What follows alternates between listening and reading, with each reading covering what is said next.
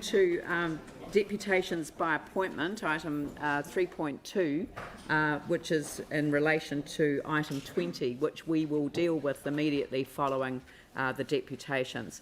So could I begin by inviting Canterbury Cricket Trust, Lee Robinson, to come forward. Thank you.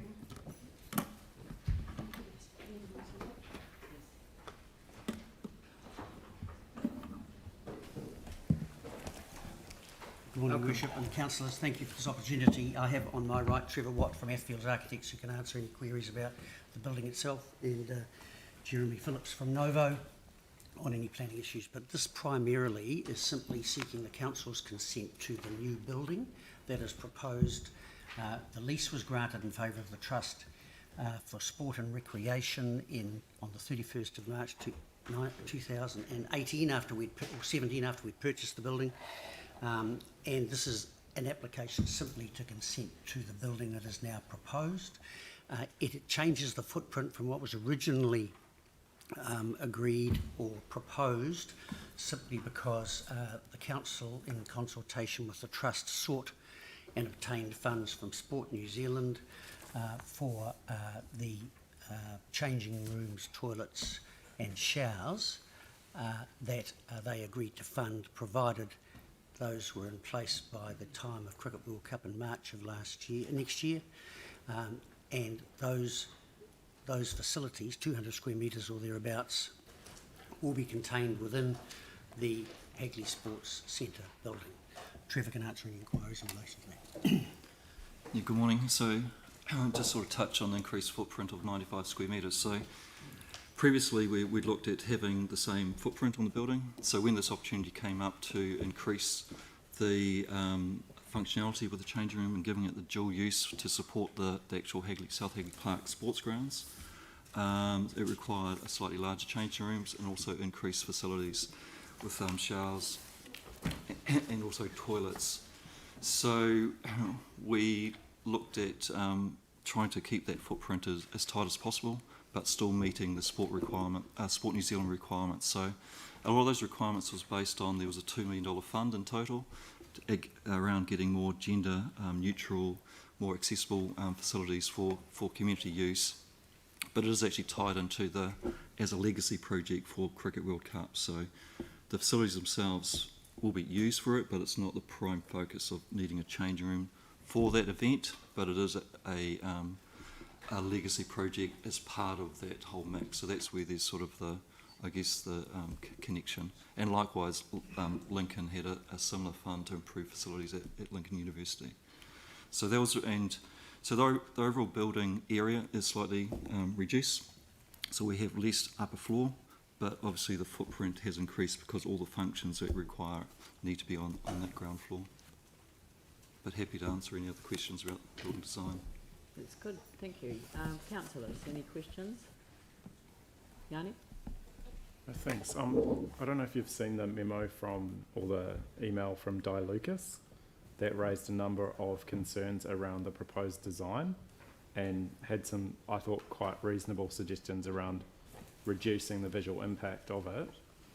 Have you got a response to those concerns? Because they did seem quite reasonable, and just looking at the design, it does seem, by just being white, it is quite obtrusive compared to what could have been done with more earthy tones. Yeah, so I did respond to that memo. I'm not sure if you got a copy of my response, but I guess that was one of the things we did look at quite closely around the colouring of the building and obviously tie it into the context. And we kind of, it's not really a building that sort of sits within a sort of broader landscape. When you look at it from the different perspectives, from the north east, from the car park, you do see the building against the existing pavilion and also the car park with this tree line down the left-hand side. From the oval side, which is the northwest, you also see it in the context of the backdrop of trees, but also see it in the context of the pavilion itself. And you don't see it from the Hagley Ave side because of the trees. And from the southern eastern side, you see it against the groundsman sort of shed to a degree, but you also see it in relation to the pavilion. So when we looked at that sort of context, I kind of felt that it actually read better, reading as part of the language, tying into the pavilion language itself, as opposed to trying to change the sort of colour to something else. Because when you look at the existing building, it has a number of sort of ranges of browns and greys and beiges, but it doesn't actually, just because you paint a building a series of browns doesn't necessarily make it blend into the environment. So when looked at holistically, we felt that it read better having a connection with materiality with the other cricket pavilion on the adjacent to it. Right. And then the second question I had was just in regards to funding. Are you going to apply for council for funding for the development of the We facility? have enough funds either committed, or we'd expect by the middle of April, we have enough funds either committed or paid to demolish and build the shell outside of the building. We won't start unless we had those funds in place. We're not applying for any council funds at all for this project. It was purchased by way of a very generous advance by Stephen Bock and his wife, who advanced the money to the trust interest-free. And the rest of it has been from funding from Sport New Zealand, for example, from the Richard Hadley Trust, $800,000, and other donations that have been made across the time that we've owned the building and sought private funding. So we're not seeking any council funding for this. Thanks. Any other questions? No? Thank you very much. And, an incredible amount of generosity involved in that answer to that question, so I just want to acknowledge that. Hands off Hagley. Martin Meehan, welcome.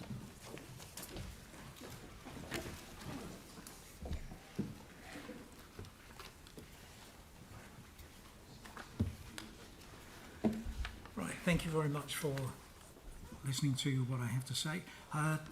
First of all, just a reminder that the purpose of Hagley Park is to provide open space for recreation for the citizens of Christchurch, and any building or expansion of a building, by definition, reduces that space. And you can say it's only a little bit, whether it's this case or any other, it's only a little bit, it won't matter. But that's, you're sort of working on the theory of nobody will miss a slice out of an open loaf. Eventually, yeah, you do. It's just not there anymore. So the provision of an indoor cricket facility, the training facility, is allowed, and I have no objection to that. It's under the CCRP. But I am concerned about the proposal by Canterbury Cricket Trust for the new sports centre, which goes way beyond what was originally envisaged, which was a cricket training facility, indoor one. So we've gone beyond that with futsal and netball, etc.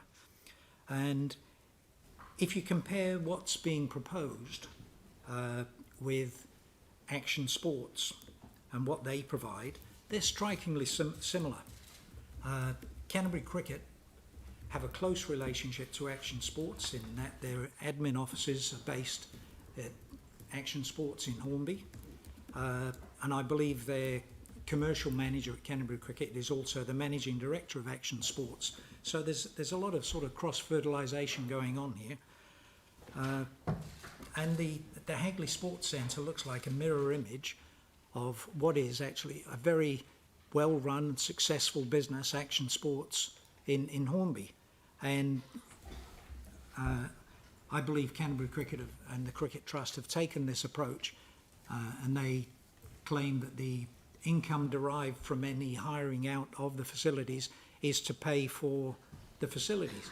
But if you just stayed with the original proposal, which doesn't use any more land, you wouldn't have to hire it out to raise money to pay for it. It's sort of a circular argument. The sports centre is proposed to be open from 6 a.m. till midnight, 7 days. And of course, if you're charging for the use of it, this makes it a commercial building. You're not hiring it out, as far as I know, to the Football Association or the Hockey Association. This is for just the same as Action Sports. It'll be kids, cakes, bakers playing netball against a city council accounts team, and you pay a fee for that, and there's a need for that sort of thing around, obviously. but I don't think it should be in Hagley Park as a commercial facility. Now this, Canterbury Cricket Trust claim they'll be providing public facilities, well-needed public facilities, in that part of Hagley Park, in that they'll be allowing the public to use the toilets and the changing rooms. But if you think about it, the changing rooms are on the side of the building and the toilets are in the middle, and you access the toilets from the changing rooms, so you've got the door going backwards and forwards, and the door to the toilets opens to the outside also. So anybody coming in will have access to the change room. So, of course, when the building is in use, the toilets will be closed, because you just can't have people running through the change rooms from the outside. So you would wonder how much of a public facility this will be. You know, they'll be available when not being used by the sports facility. And the more the sports facility is used, the less the toilets will be available. And it means the sort of alleged public toilets will be open at various times between 6 a.m. to midnight. And if you're looking for a public toilet, it's a fairly dodgy proposition. You get there and the place is locked up because somebody's in there playing cricket or netball or whatever. And the changing rooms also would be under the same constraints. You know, what are the Cricket Trust going to do? Are they going to say, yes, we can have schoolboys or something in there using the change rooms, or we can take the money from people renting the facilities to help pay for it? So I think you've got a perverse incentive there. They say they'll provide these facilities, but the incentive is not to provide them because they're using them for somebody paying for them. So it's not really providing public facilities.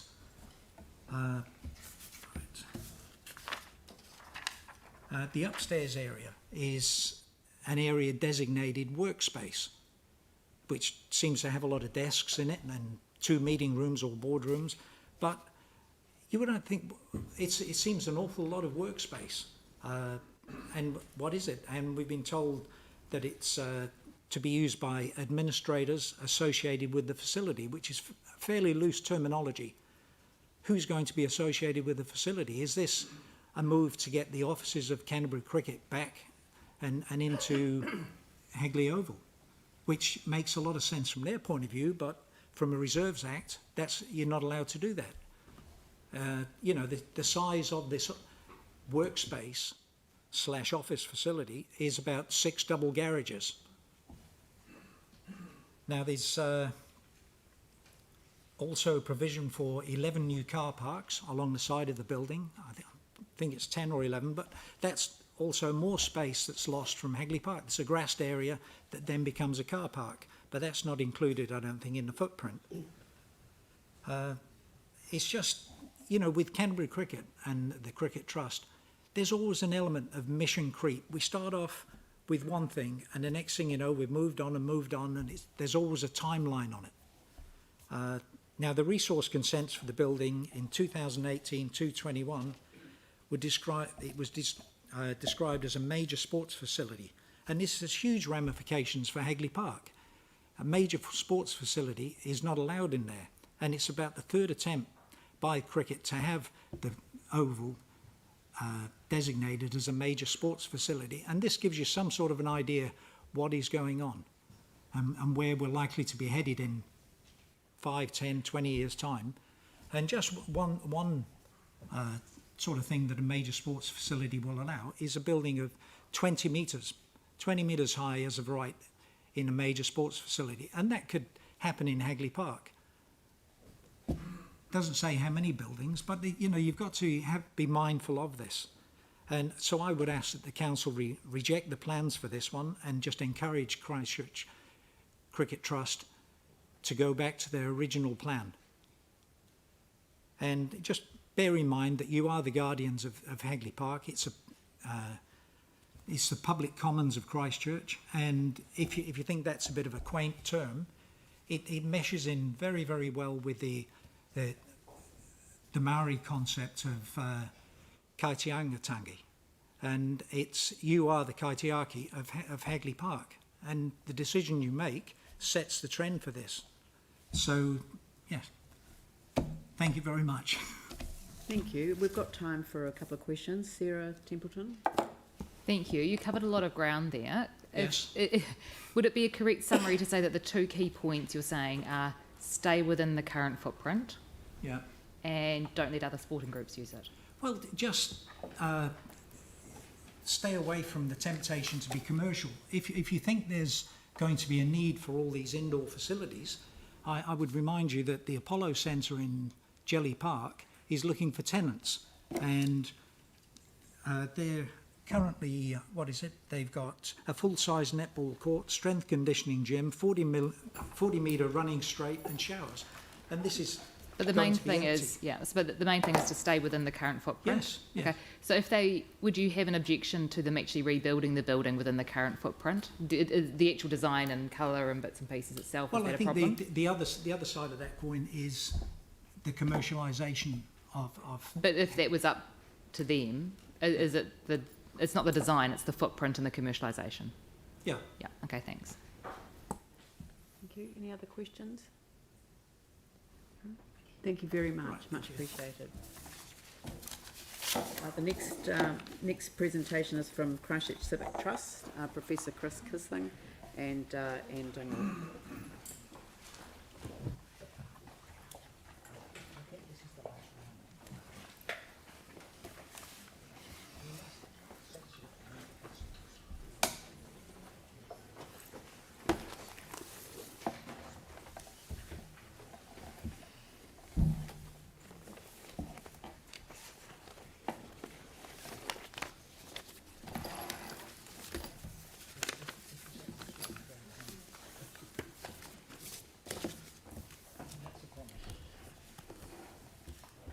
Right, that's been distributed now, so you can begin the presentation. Thank you. Good morning, Mayor and Councillors. Where's the microphone? Thank you for accepting our request. Today, the Canterbury Cricket Trust is no doubt expecting you to rubber stamp approval of its request. On the face of it, an apparently innocuous request to demolish and rebuild the Hagley Sports Centre. However, as we all know, appearances can be deceiving. The Christchurch Civic Trust contends that the staff report cannot be relied upon for the purpose of the Council's decision-making today. It omits or obscures relevant information. The Canterbury Cricket Trust's request must be considered in the following context. The resource consent granted to that trust in 2018 for a major sports facility, a non-complying activity in respect of the former Horticultural Hall building, and the Council's receipt of a resource consent application dated 3rd of March 2021, also for a major sports facility, a non-complying activity in respect of that building.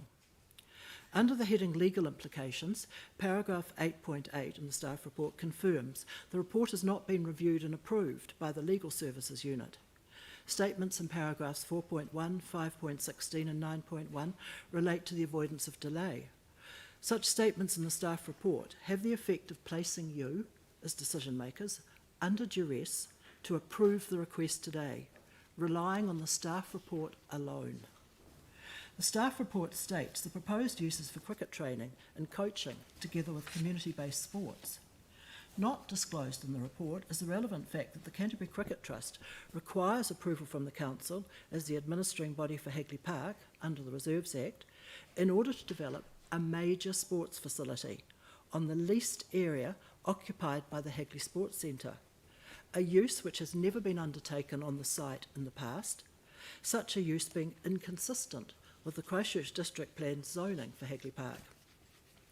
Not disclosed in the staff report is the relevant fact that the 2018 non-notified resource consent was granted to the Canterbury Cricket Trust for a non-complying activity in the district plan, namely a major sports facility in Hagley Park. Not disclosed in the staff report under the heading Other Legal Implications is the relevant fact that the application pending in respect of the resource consent required for the proposed building is dated 3rd of March 2021 and has been received by the Council. The Canterbury Cricket Trust's application requests non-notification, as in 2018, and consent for a non-complying activity, namely a major sports facility in Hagley Park.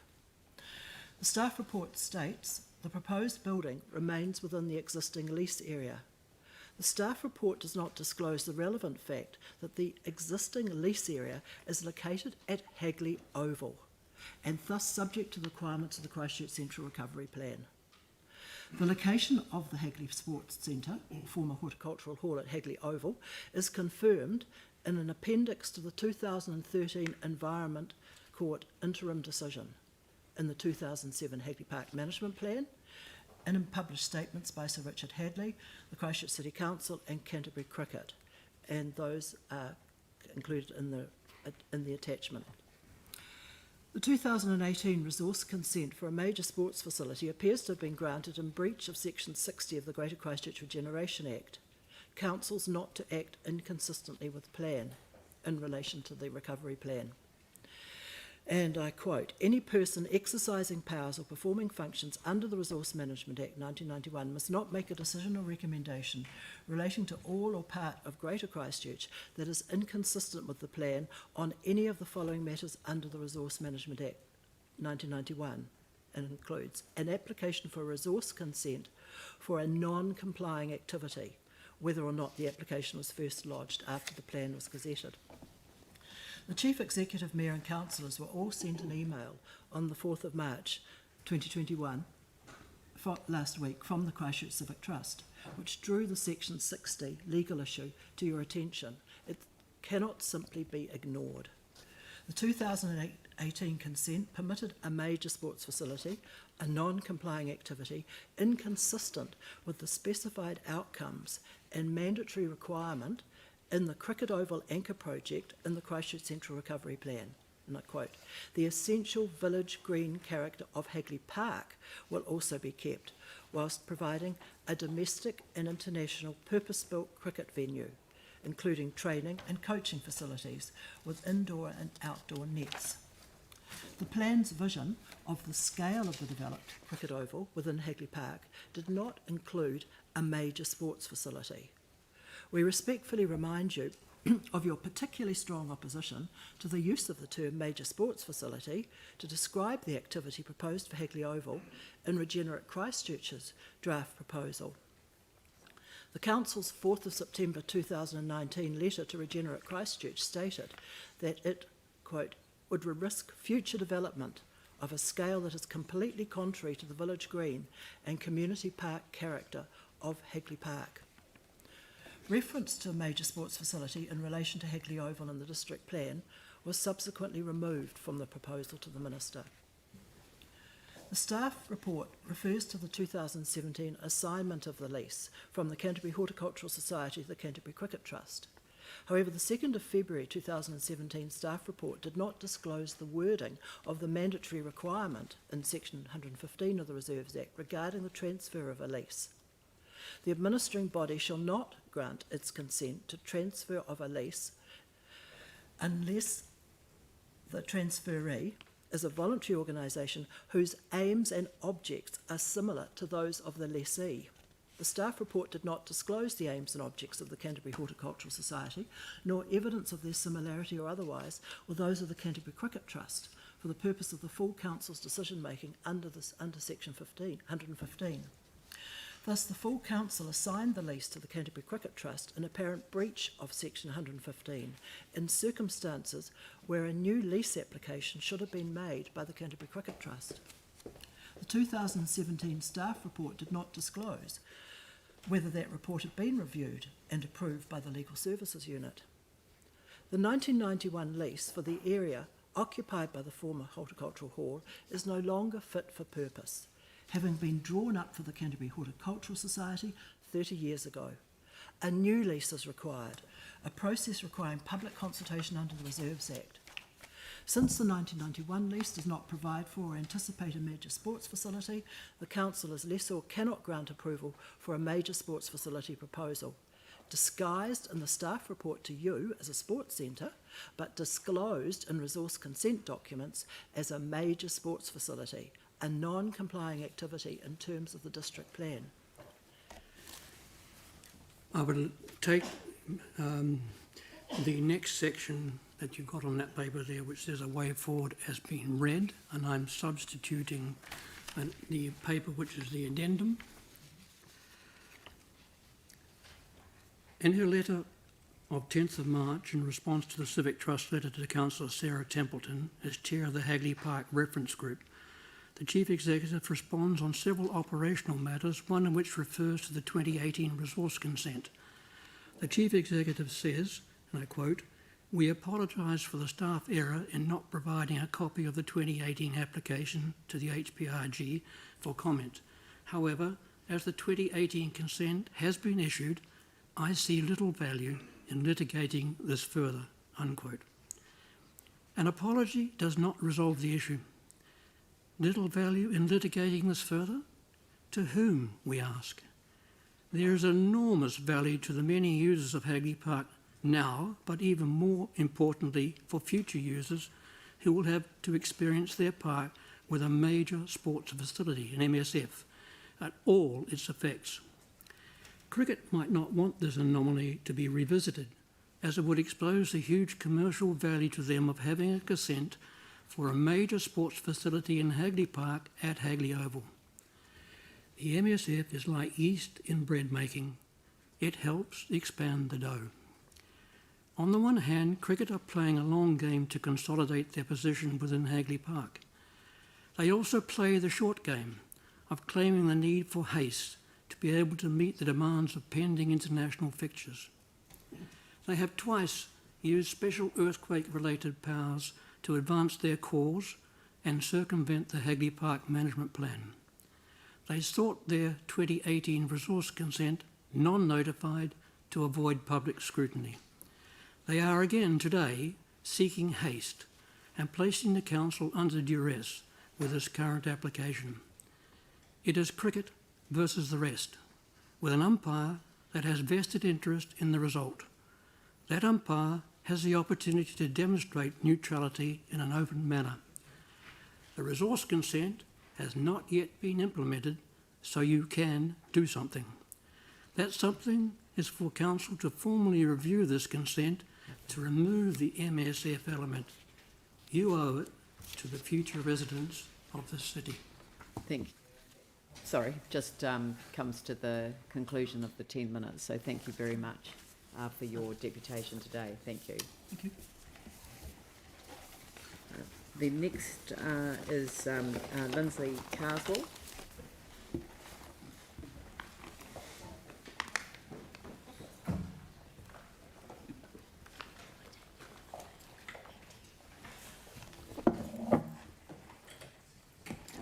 Oh, good morning, councillors and Mayor. Good morning, welcome. I've given you what I'm going to say, and I'll read it out, but I might shorten it a little bit. And I've also given you a bundle of emails that came with it. These emails have been collected a while back, but they show the interaction between the council and Canterbury Cricket and other organisations. I'll come back to them shortly. They were obtained under the Local Government Act, so there was nothing wrong there or anything like that. And I will just mention there that they detail the interaction between the various groups there. One of the problems with ageing is that you lose some of your facilities, and I can no longer read properly. It's a real pain in the butt. Anyway, Part B. Christchurch City Council staff are not independent from Canterbury Cricket.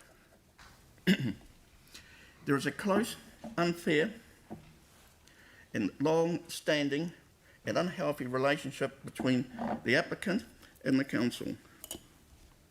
This is evident from the attached emails, where the council staff have championed Canterbury Cricket in various stages of the Hagley Oval development, ignoring the concerns of other groups. The emails show the staff were not neutral. Instead, we're out of the public eye and actively promoting the ambitions of Canterbury Cricket. Point C, the decision. This is what I'd like you to do. I request that the lease application sits on or rests on the table until the resource consent has been application by Canterbury Cricket Trust can be considered on a publicly notified basis because of Hagley Park status as a city-wide asset, with the application first referred to the Hagley Park reference group and then referred to an independent commissioner for processing. Then a more fully considered and completed lease purpose could be brought back to council. Further, the public will be able to express their views representing non-cricket recreation users for the park. That's really what I want to say, but I just want to go over. Oh, sorry, there's a bit more there. The council, being the administrative body, exercising delegated powers under the Reserves Act, should take into account the interests of all stakeholders who use this city treasure. That includes me too. I quite often go for a walk in the park. The emails. I'm not going to go through all of them, but there's a couple I would like to comment on. Page 11. I numbered them all so we could quickly get to them. You got them there in front of you? I hope you have. This was a meeting. It's right away back 2012. The email simply says, for your information, Minister McCully will be visiting us on Friday. That's all I knew. Nowhere else in any other emails to find, I asked the council. They had no information. I went to Sport New Zealand and they admitted that they had attended it.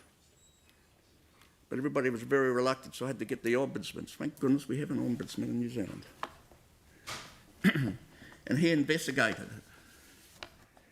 And he basically, in his report, when he got back to me, had said that they have no records of it. And he went on to say that it breaches the Public Records Act, and he was referring it to somebody else, but I don't know if anything actually ever happened after that.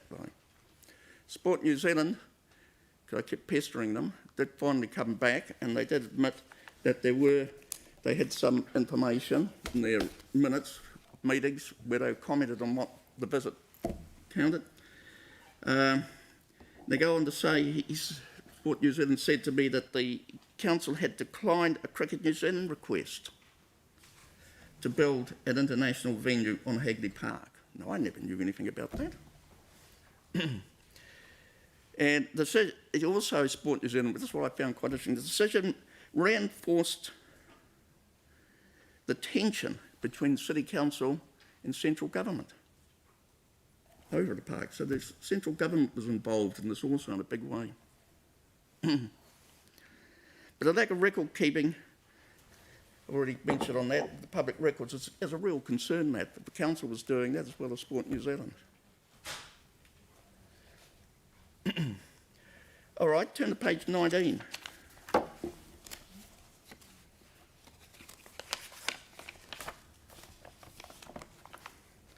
Here we have emails between staff with between John Fussell and Michael Aitken, who no longer here, and then Thompson. And it goes on to say that the legal opinion... Now, there's a build-up to this. Sarah, the legal advisor, Canterbury Earthquake Recovery Authority, their legal advisor suggested that you get a legal opinion. The minister agreed with that. A legal opinion was produced, and the legal opinion said it's not as easy as you think it's going to be. The minister will have to sign off on a order in council. And the minister declined that, and so it made things difficult. And then we have this range of emails here where We have an email there going on about the fact that the legal opinion obtained just in the order of council would be needed, etc., etc. And that's why there was this discussion about Roger losing interest in the whole Oval project. And the staff suggesting how to get round the problem. It's in the plan, it's in the blueprint, therefore the Hagley Oval management plan now allows for this to happen. Well, I disagree with that. Anyway, then on page 22, final little piece there, we have a letter, an email addressed to me from Michael Aikens, and the interesting part there is how he says there that, to the best of my knowledge, no staff member has assisted Sarah, Canterbury Earthquake Recovery Authority. I rest my case. That's what I want to say. Except that, please,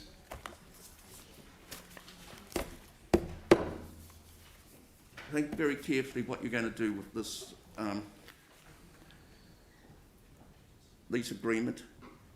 I would strongly recommend that you get further information on it. You let it lie on the table. Thank you. Questions, Sarah Templeton? Thanks so much, and thanks for being Not very to be clear at the confused beginning with the about other what you one. were asking us to do. Both you and the previous group have provided lots of context and background information and some technical and legal stuff. Is for you the same as the other group, where it's the major sports facility framing within that 2018 consent that's the issue? Is that what you want fixing in the consenting? Why? Because that wasn't particularly clear. Why do they keep coming back wanting this? Now, why? So, but what are you wanting fixing in the consenting and the lease? What is it that you would like fixed in it before we look at it again? Wouldn't it be better to go through and get the resource consent part sorted out first, then the lease? Okay, so what is it about the consenting that I've you got the- would like? I'm just trying to be really clear on what you're asking us to do with the consenting. Well, I would thought that getting the resource consent would be the first step, rather than, aren't we doing it round back to front? Okay, but the lease is dependent on the consent being granted anyway, so it can't be in effect until a consent's granted.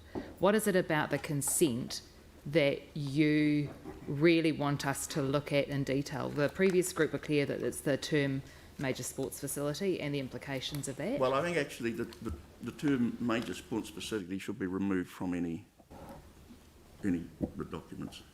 Okay. It's got all sorts of connotations which we don't know where that would lead to and what it could lead to. Yeah. That's good. Thanks. Look, thank you. That's just perfect end to the timing. So thank you very much, All right. Lindsay. Much appreciated. Thank you. Next we have Susan Williams. Thank you, Madam Chair. She's provided a written document and said that she... Unfortunately, Sue cannot be here. Right. She is retained at school, can't get away. She has filed her Yes. report with you. She's asked me to see whether I'd be allowed to read it into the public record. Yeah, for sure. You'll have to sit at the table though. So thank you.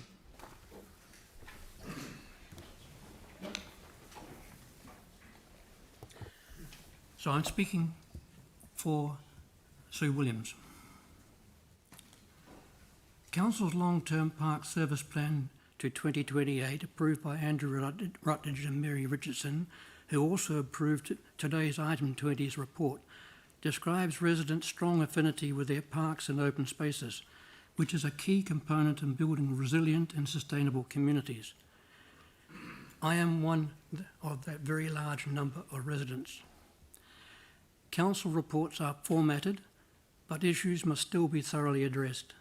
At 1.4, it identifies 2 issues that led to a conclusion this decision is of low significance under Council's significance and engagement policy. I consider this a cynical minimisation of Hagley Park. The report itself identifies the site as high profile, and it certainly is, nationally and under international standards. And in the box below you can see why. And in the significance policy, Hagley Park is a Schedule 1 strategic asset. In that policy, considerations also cover likely impact on asset and consequences, which must be applied here. You also have management responsibilities to us under 5 acts listed below in the next box and under the CCRP and the district plan. Today it involves a Reserves Act decision, but that does not mean you should turn a blind eye to those other obligations, not to consequences for Hagley Park because they are significant, nor to consequences for Hagley Park because they are significant. The report's significance assessment also concluded the proposal is largely a replacement of a like-for-like building.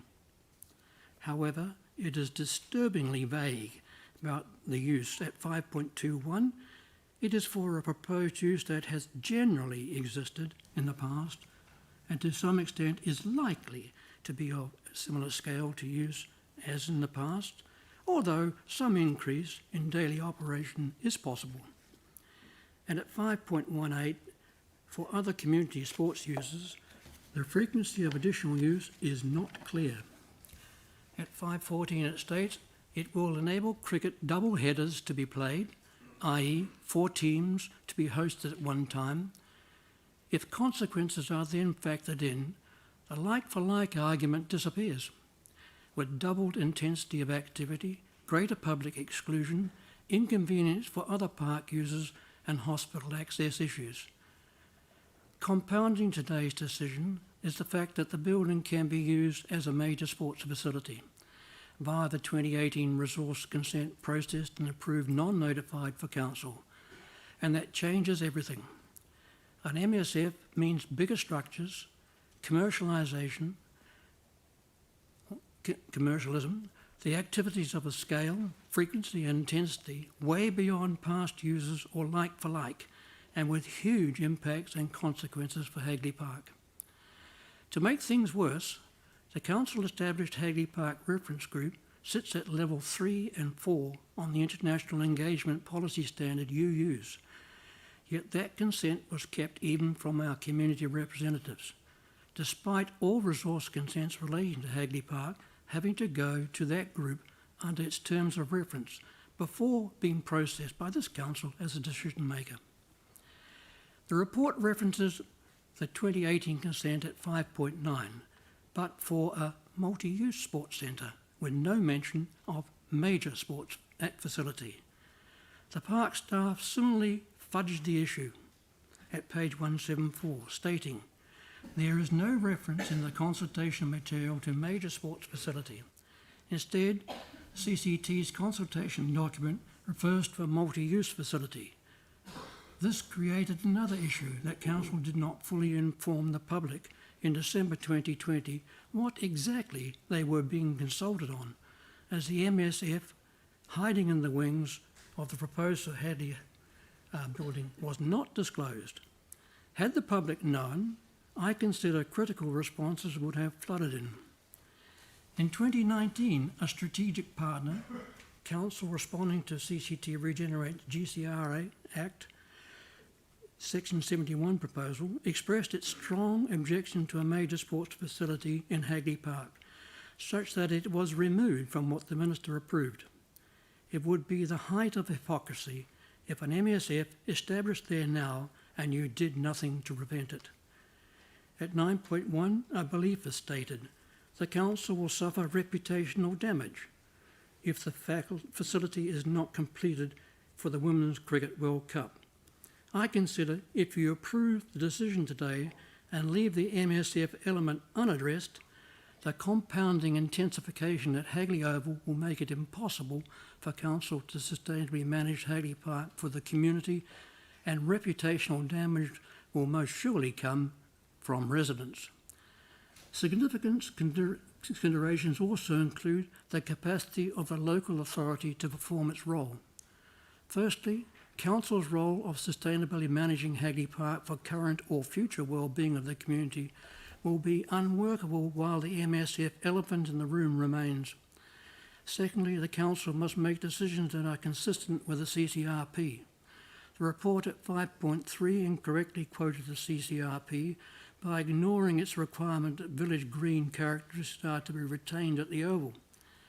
If you leave this decision on the table today, remove the MSF element in the resource consent and then approve a building that the CCRP stipulates for training and coaching facilities with indoor nets and no more, it could be timely built. That would better retain the village green, be what the Environment Court approved and the CCRP requires, and maintain Council's capacity to perform your role of sustainable park management. Council's obligations to residents and future generations rightly carry on across the electoral terms. Equally, significant negative impacts on Hagley Park will carry on and compound if you, as a group today, box on without addressing the issues outlined. Please pause and treat this decision and Hagley Park with the gravitas they deserve. And thank you from Sue Williams. Thank you very much, and thank you for having that read into the record. Much appreciated. Right, now, councillors, we'll move on to item 20, and the